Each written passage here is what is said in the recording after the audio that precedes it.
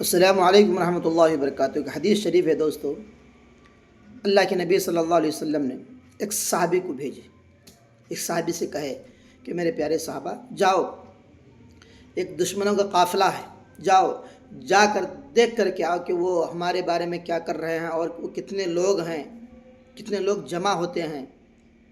کیونکہ جب لڑائیاں چل رہے ہیں، جب یعنی جنگ چل رہی تھی، جنگ کے دوران میں ایک صحابی کو اللہ کے نبی بھیجے، جاؤ جا کر دیکھو کتنے لوگ ہیں، کتنے لوگ جمع ہوتے ہیں اور وہ کیا کیا کرنا چاہتے ہیں، دیکھ کر کے آؤ، سن کر کے آؤ۔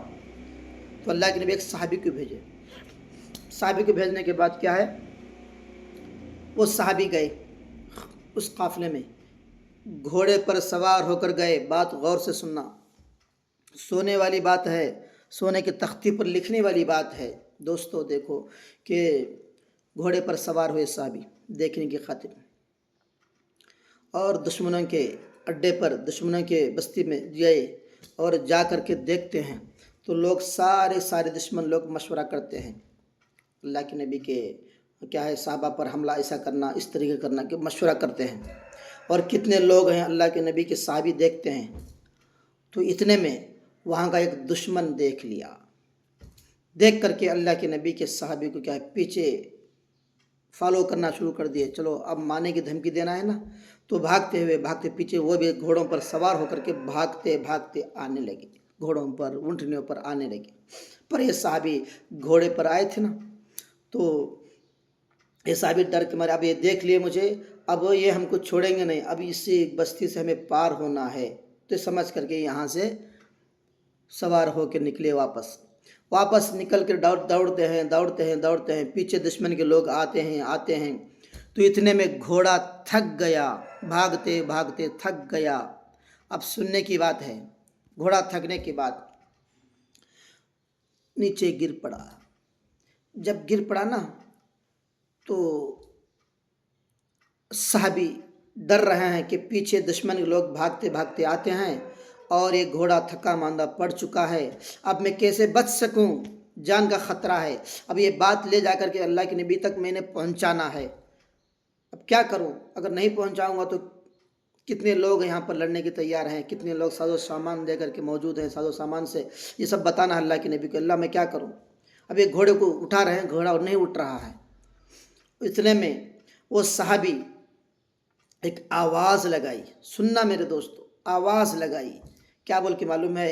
اے گھوڑے اٹھ کر کے جلدی سے میرے نبی کے پاس مجھے پہنچا دے، اگر نہیں پہنچائے گا کل قیامت کے دن تیرا گریبان پکڑوں گا، کل قیامت کے دن تیرے بارے میں میرے نبی کے پاس بولوں گا، شکایت کروں گا کہ اللہ کے نبی یہ گھوڑے نے مجھے دھوکہ دیا دنیا میں۔